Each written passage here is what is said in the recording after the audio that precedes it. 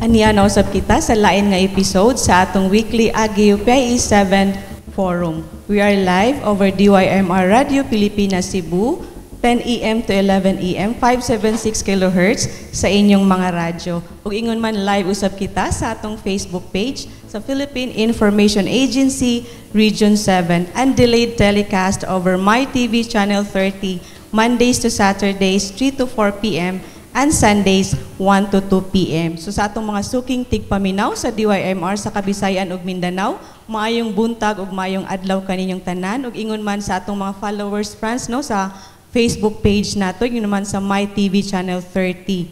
Ug karong adlaw niya kita nanukad sa Department of Health Regional Office dinhi sa Dakbayan sa Sugbo. Kini si Hazel Gloria and with me is my colleague Francis Nokwa. Ug Franz, sa dili pa dayta mo padayon, kining programa brought to you by the Philippine Information Agency in partnership with the Association of Government Information Officers in the region. So Franz, maayong adlaw kanimo. Kumusta? Yes, maayong adlaw kanimo Ma'am Hazel ug maayong adlaw sa tanan natong nagtan-aw ug naminaw karon, and also to add Ma'am Hazel no, live pud kita sa ato ang Philippine Information Regional Facebook page and also sa ato ang friends from the DOH live pud sad sila. Okay. And with us, kay since naamang gyud ta sa DOH, so we have the panel from the medical sector. And to start with, we have Dr. Loreto Ong, Section Head of Colorectal Surgery of the Vicente Memorial Medical Center.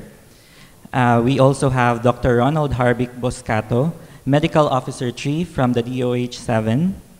We have also from the PhilHealth Regional Office 7, we have Ms. Janet Advencula, Field Operations Chief, and to my left, we have Rolly Villarin, Development Management Officer 4 from the DOH 7. And Franz, no, na may kauban si Ms. Janet, we would like also to acknowledge the presence of Ms. Dina Sanchez, the Public Information Officer of PhilHealth. So karong taud-taud ato kini silang mahinabi, no Franz? Ubay-ubay kita og topic, no, karong adlaw, Franz? Yes, Ma'am Hazel. Ang atong mga topic dahil karon no, regarding about aning colorectal cancer awareness. Then also we have Rabies Awareness Month, and then about pud kani sa kaning universal health care. Siguro Franz, no, sa di pa ta magsugod, pangayuan siguro nato sila og opening statement. Unahon na lang gyud nato si Dr. Ong, no? So Doc, maayong adlaw. I'm Dr. Ong. I'm representing the section of colon and rectal surgery sa Vicente Soto. Now, karon ang Marso man ta, no, it's one designated na siya as the Colorectal Cancer Awareness Month. So, ang amuang advokasya sa section is to promote awareness about the disease. Kay ang kaning sakita god, if atong i-base sa statistics, kuan na ni siya, it's the #1 tumor sa gastrointestinal tract.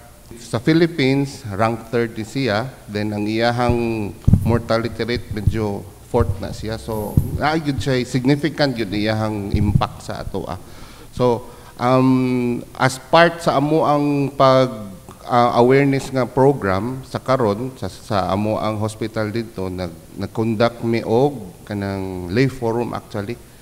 So every Wednesday and even tomorrow, weekly amo ang lay forum. And we also would like to inform ang tanan nga nag-offer ta og kanang free screening para the best way to prevent or combat this disease is kana mang makit-an og sayo. Kay og once makit-an nato og sayo, mas nindot man atong outcome sa ato ang sa kaning sakita. So that is more on early detection, awareness of the disease. All right, we have also Dr. Ronald Harvick Boscato, Medical Officer 3 of DOH 7. Together with the Colorectal Cancer Awareness Month, we also observe ang Rabies Awareness Month, no? Actually sa program duha ni kabuk karong Rabies Awareness Month, and napagid may World Rabies Day, which is towards the 4th quarter of the year. So ang pinaka-importante lang, ang atong theme karon this year is actually rabies ay iwasan, mga alagang asat pusa ay pabakunahan. So now we are, atong gi-center karon is really on the vaccination of the animal side. Ang animal side ang ato ang gi-focus karon kay towards 2030 nga atong goal nga ato ang walaon na gyud ang rabies sa Pilipinas, no? That's vaccinate to eliminate man ang ato ang initiative karon. So ato ang yung gipanghingusgan nga dapat og ikaw mag-alaga or magbuhi og iro or iring, ato gyud siyang pabakunahan, no? So munay nagsentro ang tema sa ato ang observance sa atong Rabies Awareness Month. Thank you, Doc. Next, we would like to hear from Ms. Janet Advincula from PhilHealth. Ma'am. I'm from PhilHealth. I am the UHC point person also. So we've been working closely together with DOH ni Sir Rolly since last year. So sige naging istorya ingon si Sir Rolly na ako nga pwede ba diri na lang sa kuno ko mo report sa DOH kay grabe among sigig meeting ba because we really want to make UHC works because we know that Cebu province is one of the integration sites. There are 33 integration sites nationwide. So usa sa Region 7, usa ang Cebu province. So we really want to make this successful para when we replicate this to the other provinces in Region 7, medyo hanay na gyud siya. Okay, thank you, Ma'am Jen. And we also have Mr. Rolly Villarin from DOH 7. Dako kay namang pasalamat noon sa Department of Health nga giimbitar mi karon for us to give information about universal healthcare. Ang universal healthcare was signed into law last year pa, 2019.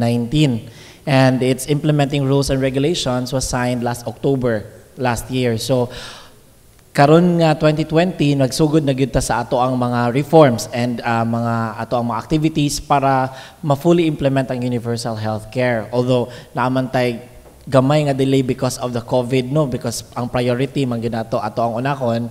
However, kami sa among team together with PhilHealth and the local government units and together with our development partners kan abita ato ang mga partner agencies, private and government and non-government, we're working together in order to fully implement universal healthcare. Sa gingon ni Ma'am Jen ganiha nga mo start ta sa 33 integration sites, pero sa Region 7 we are going to start the initiative in all provinces. But priority na to ang Cebu kay as our integration site, moving forward ang initiatives sugdan po nato sa ubang probinsya. Thank you, sir. So, Franz, balikan na to sila, no? So, siguro, unahon na to si Dr. Ong. Doc, nag-mention mo ka ganina regarding katong sa free screening, di ba? Para early may bawaan kung unsa ang mga symptoms, unsa ang mga signs. So, unsa man ni ang mga signs and symptoms, Doc, kung doon na kay colorectal cancer din. Can you expound kung unsa ni siyang colorectal cancer? Sige. Ma'am, ang colorectal cancer, ang manifestation yun ani niya, kung ang timailhan yun ani nga bation sa pasyente is daghan. Pero kasagaran sa agianan yun na sa atong pagkaon ug sa hugaw. Now, ang kasagaran nga mahitabo is naa kay dugo sa imong hugaw. Maglisod ka og kalibang. Ina ang kasagaran nimong kalibang nga everyday unta ka malibang, buong ka nga tulo, pat kaadlaw pum ko kalibang. Nya gahi imong hugaw itom, then especially if muburot na imong tiyan. So pasabot ana, there's something going on sa imong tinae nga nagbara. So ang muna ang mga more common manifestation sa colorectal cancer. Now, if naatay mga gibati ana sa mga atong mga higala karon, mo advise lang jud ko nga magkonsulta lang sa doktor kay para magabayan mo ba. So, the best nga outcome man gud ana sa kaning sakita is ang sayo makitaan para maagapan dayon. Then talking about katong screening kay ang we are conducting now sa amo ang section kanang free nga occult blood screening.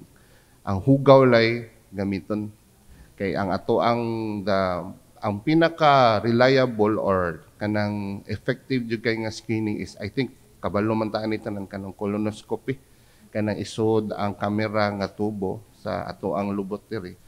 Pero medyo kuan na siya kanang invasive lang na siya, so dili kaayo mo agree tanan tao ba nga masakitan ang ilahang lubot diri. So there are many options actually, daghan magkapilian, pero ang pinaka accepted is colonoscopy, which is the gold standard. Ang another option is kana among gi-offer karon kanang mo submit lang og hugaw, then i-kuan lang, i-testing lang siya. So if simba ko positive siya, mag-guide na mo ang pasyente. This is offered free sa ato ang section karon sa Vicente Soto Hospital. Doc, I'm just curious. Is this all about because of the food that you take nga mo na magkakuan ka? As proven by the literature, ang kasagaran yun na risk factor nga mo develop ani is magkataas atong edad. And then some would be there are in if we are talking about Sir Francis kanang in food and other, that would be ana na siya ma-belong sa environmental factors. Na siya some percentage nga mo contribute to the pathogenesis sa paghimo sa sakit. Pero ang pinakataas gyud nga factor is aging. Once mo patong nagaitag age nga 50, ana na mo parehaw ato ang mga cells. Ana na maghimo og tumor nga abnormal cells. So the best way to deal with that is as early as possible makit-an tong abnormal cells, which are kanang gitawag nato og polyp nga ana na siya kagamay. Makita ra man na siya sa colonoscopy, makuha ra man na siya. So that will prevent you from developing the kanang gitawag nato colorectal cancer. But when it comes to kanang mortality rate, yes. The mortality will differ na siya. So depende kung unsa nga stage nato makita ng pasyente. Familiar man ta nang stage 1, stage 2, stage 3, stage 4. Ang pinakadigyo nato ganahan ana kana mang 4. So ana na diha mo play og dili bati og outcome. Hindi na considered advanced na maguna siya. Ang kaning tulo ka book, stage 1, 2, 3, treatable pa kaayo na siya. Ang 4, I'm not saying nga wala tayong mabuhat. Yes, there is still hope, but ikumpara nato sa tulo, sa uban, mas better yun ang earlier stage og outcome. So mao nang advocacy nato, awareness, screening, early detection for better outcome. Doc, ubay-ubay na matawag mga cases na din sa Central Visayas? Yes, daghan kay tag-kaso ani, especially sa knowing Vicente Soto Government Hospital, daghan kay tag-kaso ing ana. And our part of our advocacy is to educate people ana kay we want to help the people and also disseminate nga this is a big problem actually. From initially when I started prime practice, nakabantay jud ko nga kadaghan ng kaso, and the worst case is from the expected nga ingon man ko ganina 50 anyos, no? Nagkabata. We have one case karon 13 years old. So mao nang makaingon mig naunsa naman ni. So better dissemination, awareness might lead to better outcome. Doc, natay data, Doc, kung pila na ka-cases ang record na to here in Central Visayas? The best siguro is we can, if we base it on statistics lang siguro, for our department lang siguro, kay sa surgery, opera raman na mo. In 1 year time lang siguro, makakuha siguro mig mga almost 100 nga cases lang ha. Surgical na ha. Surgical. Wala pa nailabot ka ng dili maoperahan. So, nga na siya kabugat nga problema. Increasing siya yearly, Doc? Yes, definitely it's increasing. It might be due to the fact nga mas aware na mga tao, mas educated, but we really cannot, di na to ma-discount nga nagkagrabe ba siguro yun siya. So, research are still actually ongoing to treat the definitive or let's say the best treatment for this disease. So, wala na ato ang mabuhat, disseminate, awareness, and then early screening ka na. Doc, katong gimension mo ganina sa free screening, katong magdala lang sila sa ilahang hugaw. Unsa man na gikan sa ilahang balay, ila lang dadon ang ano na So, isang time sudlanan na may unya. oras. Yeah, it would be like this. Kung kinsay interesado sa atong mga higala diha, pwede ra nato moadto sa ato ang namantay colorectal cancer clinic didto. Ipapangita lang nato si either Dr. De Leon o Sir Dr. Sia, mga kauban po nako ng mga banggiitan kayo. So kanang sila lang dito kay mo coordinate, naka-coordinate naman may naka-secure na may og supplies for that screening lang. So I am also thinking magkano if the turnout would be fine, we can make it regular na kay we started this karon lang man lang. For this For month. this month lang. Okay. So if everything goes well, daghan og our more ma-reach nato, then nindot ang census, pwede nato na ma-propose nga irregular na lang siya. Free screening yun actually.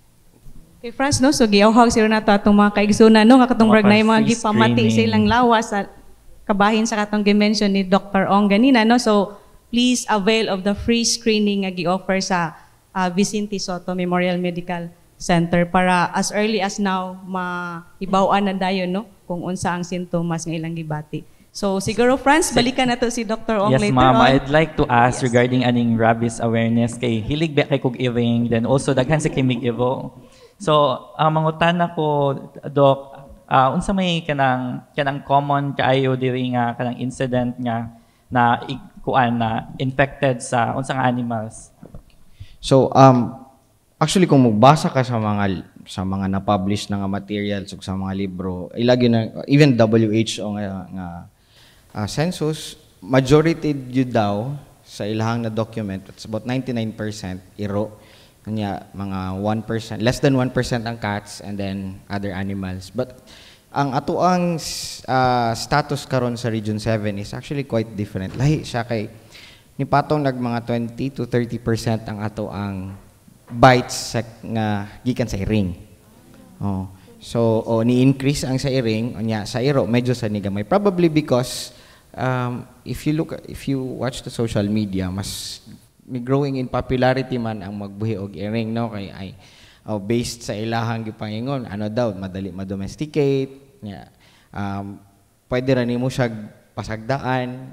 There are a lot of siguro lahi sad nga trait sa iring na mas nakapaintay sa mga tao. So atong nakita medyo nitaas ang atong iring, but unfortunately ang dala man gud ani is medyo dili kayo siya common nga knowledge sa tao nga kumapakan og iring magpabakuna, magpa-anti-rabies shot, no? So kasagaran gyud sa amo based sa amo ang mga monitoring, murag i-attribute gyud sa mga tao ang rabies sa iro, sa pinakan sa iro, dili sa iring. So siguro naka-contribute sad na siya usahay sa katong for the past 5 years, no? Nagkasaka man gyud ang ato ang deaths na secondary to rabies, although probable and suspect cases sila, but namang history og bite. So og naagalay history nga napaakan o niya wala natusukan og anti-rabies, more or less amo gyud ang i-consider, especially kung ang ipakita ang mga simptomas sa pasyente mo match pod sa atong clinical criteria sa rabies. Oo.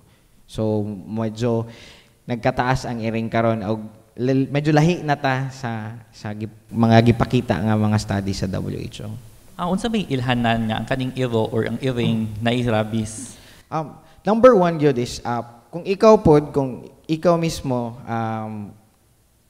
kuan yung hands-on ka sa imong pet, makita gid nimo ang erratic nga behavior sa imong pet. Like for example, most common would be kanang aggressiveness. Kasagaran sa mga patients nato is reklamo sila nga dili man na inana siya, di man na sa tighagwa og inana. But then all of a sudden na brutal dayon.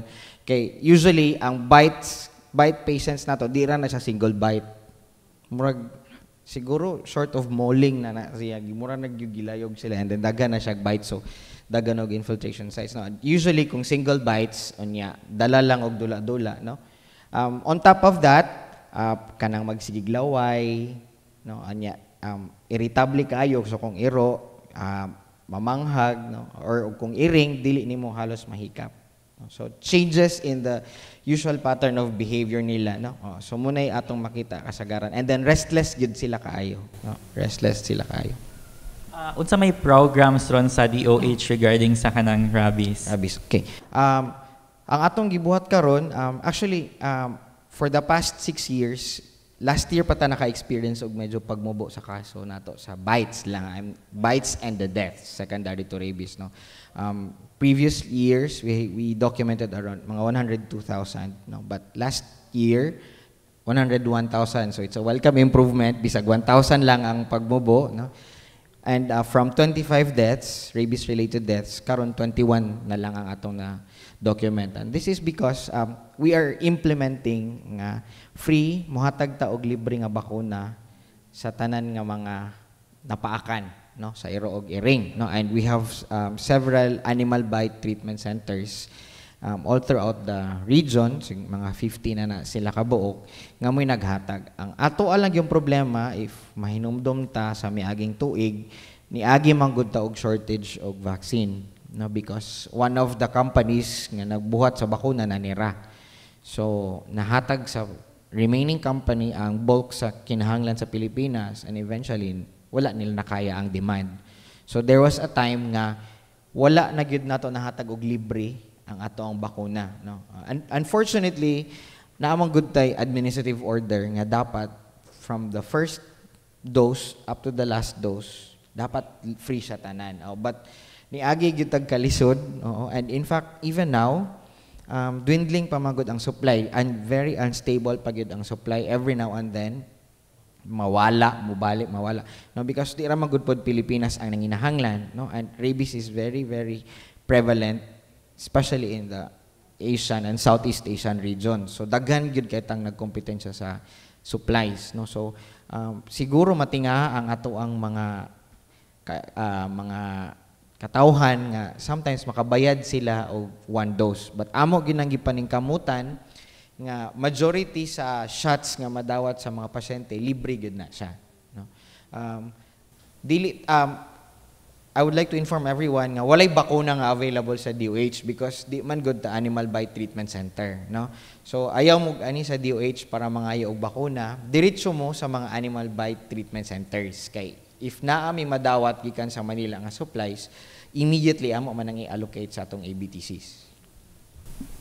Doc, as what you have said, follow up lang ni Doc, as what you have said a while ago nga 2020 kinahanglan ma-free 2030 nga pa-free rabies ta ang atong country. Yes, oo. With that, you had mentioned, Doc, a while ago nga kaning nagkakulang ta sa kaning vaccine ano nato. So, unsa may kanang mga gihimo pa sa DOH para makabot gyud na nato baka na nga goal nga ma-free ano gyud ta rabies country? Well, ang kaning magong 2030 rabies-free Philippines, this is the commitment sa Philippine government sa United Nations, no? Sa WHO, if familiar tag Sustainable Development Goals, goal number 3 or 4 is to elimination of neglected tropical disease. So ato na siyang commitment yun as a member state sa WHO. Currently, Region 7 actually is very lucky because daghan tag rabies-free islands, no? Like Siquijor per se, Olympia Island. But last year man god giusab sa programa ang pamaagi sa pag-declare og rabies-free before island siya, no? But now we decided nga para pattern ang ato ang disease-free zones o atong gihimo nga by province. So medyo mas tedious na ang trabaho because imo pa magong i-check ang government, ang local government, ang sustainability plan. So ubay-ubay pa gyud siya, no? And despite the fact nga medyo natay problem sa rabies vaccine for humans, naaman pud tay rabies vaccines for animals, no? So duha man gud siya, two-prong man ang strategy nato para lang makabot nato ang rabies-free Philippines. So majority gyud ang ato ang focus gyud sa atong intervention is responsible pet ownership. Mao gyud na siya bulk sa program, no? Simply put, if nagplano kang magbuhi og iro or iring, then make sure nga kaya nimong alagaan ang imuhang pet. If not, don't bother getting a pet. Mura gyud na ato because kay kung dili nimo kaya nga, pets are like humans, kinahanglan ka mo provide og shelter, food, dapat nimo sila, there is constant interaction para di sila kayo makalitan nga magkita og laing og mga tawo, no, nga dili sila familiar. So kani sila man good, it takes effort, no, you have to invest time para imuhaning mabuhat, no. Kay kasagaran sa atong mga majority sa ato ang rabid dogs, actually katong wala nay tag-iya. If namang gali nay tag-iya sa panakapaak, pagka nakapaak na nawala na. No, unfortunately dili bitaw contrary to our kanang belief nga mas daghan ang stray dog. It's actually the domesticated dogs ang kasi oo. Kay halos manggod sa Region 7, halos tanan nga family na adyoy pet. Oo. No, regardless if makaya ba nila og kanang alaga or pakaon or atiman, no naadyoy pet halos ang tanan nga family. So that becomes a very big risk factor. Dok, ano sa man ta mag-start og kanang rabies vaccine para sa mga animals? Depende man good siya, no. Dogs actually you can start 3 months. Oo, 3 months to 6 months. So depende po sa veterinarian ninyo kay we just learned nga lain-lain nga breed sa iro. Naday po na sila lain-lain nga schedule. Oo, dili siya general. Oh, na siya depende po sa dagan man good og determinants ang atong mga veterinarian, no. But ang atong city veterinary office and provincial veterinary office actually mo-offer na sila og free nga vaccination for pets. Oo, just ako lang kuan ipabalo nga please coordinate sa inyong munisipyo kay di man good ta magdili man tanan nga lungsod na ay veterinarian. No, it's just the province and the city. So just coordinate with them. So what you're saying, Doc, is ang kaning kuan anti-rabies nga vaccine is depende ni siya kung kano sa maglast sa dog. Ang sa iro. Oh. Napod na sila dose total number of doses, napod na sila I think 3 doses man siguro ang sa iro. So napod siya scheduling, no? And then booster na lang ka every now. Yearly man good na ang ilahang pagpabakuna sa mga pets, no? Sa humans on the other hand, naatay gitawag og pre-exposure prophylaxis unta, no? Nga pwede natong ihatag sa mga tao nga nag high risk bitaw katong mga tig-impound og iro, katong na nagtrabaho sa kanang involved with sa mga pet shop, no. But unfortunately the Department of Health cannot shoulder, no, kay kulang manggud ta og vaccine. So ang ato ang gi-prioritize are those nga naadyoy bite wounds, no. So muna atong gi-prioritize gud sila. Tinuod ba na siya nga kung mapaakan kag iro imong tan-awon sa ang kuan nga magluya? Is that a misconception or? No, it's part of the intervention, pero all bite wounds dapat makitaan yun sa bite centers. No? And all bite wounds ato magud na i-categorize na may category 1, no, category 2, category 3, no? So sa bite center man nato mabuhat, and then eventually dapat gud ni silang makadawat og shots, especially category 3 nga katong nanadyoy evident nga nag-bleed, nanadyoy bite wound, nanadyoy makita nimo nga samad, kinahanglan na siyang ato ang matagaan og bakuna. And then daman tay duha ka klase nga bakuna, na the active and the passive. So duha na sa ka klase atong ihatag. Okay, Franz, no, so ubay-ubay na na discuss si Dr. Buscato. Siguro, Franz, let's go to our another topic, no? Kay murag ubay-ubay gitag topic karong adlaw. So arita sa universal health care. So mangutana ta ni Ma'am Janet og ni Sir Rolly, no? Sir, gisayna naman as what you have said, no, ganina nga gisayna na ni ang law ni President Duterte din ang IRR as well ni Secretary Doque. Then asa naman taron sa implementation nato sa kaning universal healthcare nga since this is a system nga mo provide di ba og health services sa atong mga kaigsuonan. Okay, so thank you, Ma'am Hayes. Actually, for universal healthcare, nagsugod na good ta. In fact, late last year, nagsugod na ta sa ato ang mga benefits nga ma-avail sa atong mga patients. I think Ma'am Jen would share sa unsay mga benefits nga gisugdan na natog kanang ma-avail na sa atong mga patients. But with regards to the implementation of some reforms in the universal healthcare, gasugod pag yun ta karon. Sa pagkakaroon sa imong giingon, ang universal healthcare ang sa iyang objective is to provide quality service, no, for our patients. Kita sa Department of Health in partnership with the local government units, gi-assess na nato ang atong ihap na nato pila kabuk atong mga hospital, pila ang ato ang mga primary care providers, kung mo-match ba siya sa ato ang population or sa atong mga families, because universal healthcare gi-mandate niya nga tanang pamilya ma-match gid siya didto sa murag gid bitaw siya gingon na naatay family doctor. So kada usa ka family, Filipino family naa gyud tay usa ka facility nga adtuan nato didto. Dili ta pwede mo diretso asa padulong kay moagi gyud ta ngadto sa tong primary care provider. So karon sa atong sistema sa panggobyerno karon dili pa ta ingon anak ka strong pero gisugdan na nato ang reform. So mag-una ta sa Cebu province. Unya, aside from that also gi-inventory po nato ato ang kay kulang man gyud ta sa tao, no? In all fairness, daghan tag mga nurses, kuan ta pero wala sila trabaho sa ato ang mga facilities na sa ubang industry. So mao na nga karon ma-feel sa atong mga pasyente nga murag wala kayo gatiman nila kay kulang ang mga tao. So ato sa nang gitan-aw. Aside from that, ang training sa atong mga tao kung capable ba pud ta. So ang tanang ang gobyerno nag-allocate kay og funds for that. So gisugdan na nato karon ang mga reforms.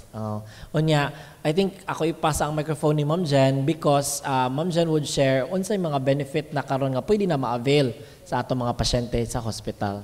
Okay, Ma'am Jen.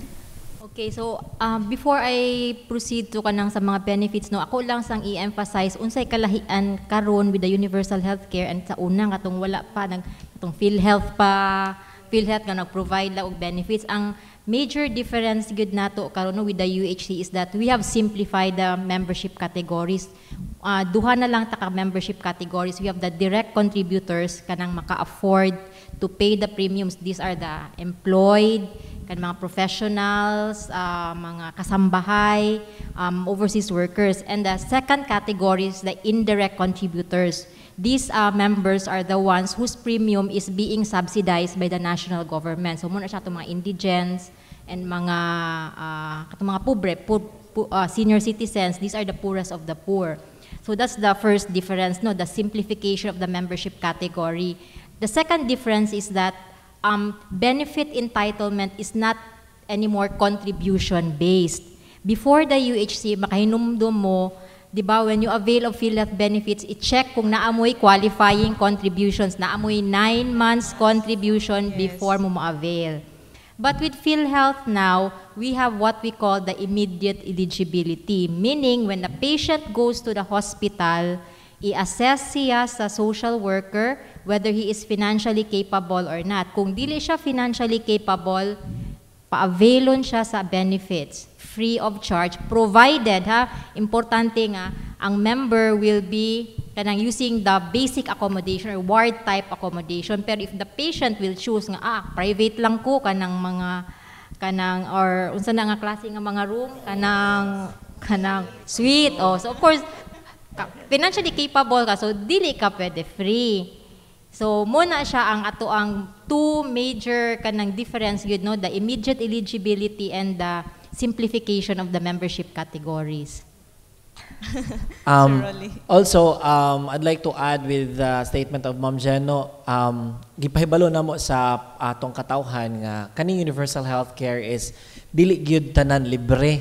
Mao man gyud ang hunahuna nato sa una before pa lang nasaynan napana sa Senate o sa Congress is kanang atong hunahuna kung masay na naging universal healthcare, libre na tatanan. So katong gingon ni Ma'am Jen nga kung ikaw capable, bayad gyud ka, no? Kay capable man ka, but under the universal healthcare it promises no nga to lessen the cost of healthcare, no, sa ato ang sa Philippines because tag-as kayo tag-gasto when it comes to healthcare. And through that mo to i-assess nato kung capable ka or di capable. Kung di ka capable, it's the government who will pay for you. And aside from that also, the agencies working together for this, di man gyud na to kaya kung Department of Health lang kay balo naman tanong na naman tayo local government code nga devolution of health services. Kitagaan na tong responsibilidad gyud ang probinsya, munisipyo, PhilHealth, DOH, the ALG and other agencies to work together for this. So, ang province pod karon with the leadership of Governor Garcia, naana pod sila gihimo nga mga moves. In fact, they are targeting some hospitals to be upgraded para lang gyud ma-accommodate ang needs sa atong mga patients. And also one feature sa universal healthcare is ang ato ang premium sa PhilHealth, importante gyud nino nga mahibaw-an kay pirmira ba i-judge ang gobyerno nga tago-tago nato no nya mahibong na lang no. Actually it's not really true nga tago-tago nato. Why? What for? So we would like to be transparent that under this law also ang atong premium sa PhilHealth, atong contribution sa PhilHealth is increasing, no? It gradually increased from last year 2.75 and up to 2025 maabot siya 5% contribution. Of course, daghan siya mga explanation nga naa siya ceiling and base, no, computation. So, yun na lang para dili lang mahibong atong mga tao nga nganong nidako po nilang contribution. That is also one strategy of the government to accommodate those who cannot afford. Even everyone no nga kita mo avail tag service sa government for katong ni Ma'am Jen nga basic kay free man jud to ang basic kay kung mag-ward lang ka, makontento lang ka sa ward nga accommodation, libre man gyud siya, wa mo kay bayran. So that is one of the strategies of the government to compensate bitaw sa mga galastuhon. So actually it's very exciting universal healthcare implementation and we are very hopeful if ma-implement ni medyo lesser good ang burden sa ato ang mga pasyente. So I think this year, Ma'am Jen, nag-start na ba tag-increase ato ang premium contribution? Okay, so na-mention naman ni Sir Rolly no, ang katong premium. Ang premium sa PhilHealth under the UHC now, it's income-based. If you remember last year, kung voluntary card, the professional, it's fixed. It's 2,400 per year. Voluntary, pero kung professional ka, like you're a doctor, a practicing lawyer, it's 3,600. But with the UHC law, it's income-based. So, starting sa 2020, it's 3% of your income. So, muvari ko siya down to the last centavo. So, if you will declare, for example, imong monthly income, it's, let's say, 20,343 pesos. So, i-compute na siya, automatic yun siya of 3%. Ingana siya. So that's why we really encourage all our members no tanan natong naminaw karon to visit the nearest PhilHealth office to update your membership record. Kay you have to fill out a new form, the PhilHealth membership registration form wherein you have to declare your income. Mandatory na gyud nato nga ipahibaw no nga pilay income nato para we could compute pila imong eksakto gyud nga premium nga bayranan sa PhilHealth. So for 2020 it's 3%. 2021, it's 3.5. 2022, 4%. So incremental increase of 0.5% until it reaches 5%. Maximum na gud na nato mo man naa sa balaod nga we can only collect up to 5% of the income. Okay. Franz, no, nisinyas naman ginatong mga kaubanan, no, nga wala na kita igong oras. So siguro, pangutano na lang nato sila, Franz, og closing statement. Kung unsay nga wala na mo na pangutana, Doc, Ma'am, nga unsa pa'y angay ninyong i-announce, no, sa publiko. So siguro I would like to hear, unahon na lang yun nato si Dr. Loreto Ong, the Section Head, Colorectal Surgery of the Vicente Soto Memorial Medical Center, Doc. So, message lang is colorectal cancer, treatable ra kay ni siya. Kaya ra nato ni pildihon. Ang key lang gyud is kabalot ta, aware ta ani tanan nga disease, then if open ta sa idea, early detection, screening, mao ra gyud na siya. Kay di man ta ganahan maabot atong stage 4 nga kabalo na ta at that time. Okay, so screening is the key. Okay, Thank you, Franz. Doc. We also have Dr. Ronald Harvick Buscato of DOH7. So, kauban sa Colorectal Cancer Awareness Month, ato po gi-observe karon ang Rabies Awareness Month. O, sama sa gingon ni Dr. Ong, rabies is also preventable. No? Dapat lang yun nga makitaan yun sa mga atong doktor ug matagaan yun og bakuna. No? Because rabies is totally preventable, but if kung maabot na ta sa kanang nasaka na sa utok ang kagaw sa atong layman's term is 100% fatal po siya, makamatay gyud siya, no? Ug ang karon sa ato ang Rabies Awareness Month, ang ato ang tema nagsentro karon sa pagpabakuna sa ato ang mga binuhi nga hayop, no? So, vaccinate to eliminate. We would like also to hear from Ms. Janet Advencula, the Field Operations Chief of PhilHealth Regional Office 7. Thank you, Hayes, for inviting us here, no, and for this opportunity to give information about what UHC is all about. But as I have mentioned earlier, I would just like to encourage all our listeners, our viewers, nga katong na ay mga changes sa ilahang membership profile, kanang mga naminyo, na ay mga additional nga mga anak, please visit the nearest PhilHealth office and update your membership record so that kung ma-hospital mo, dili mo magkarakara nga magpa-add sa inyong mga dependents para dire-diretso, and when you avail of benefits, very smooth ra, and kung pwede gani, free of charge. More na siya, Hez. Thank you very much. Thank you, ma'am. We also have Mr. Rolly Villarin from DOH7. Thank you, sir. Also, thank you for the opportunity nga inyong gi-share sa amo adiri, no? Opportunity nga inyong may pahatag og advocacy to the public.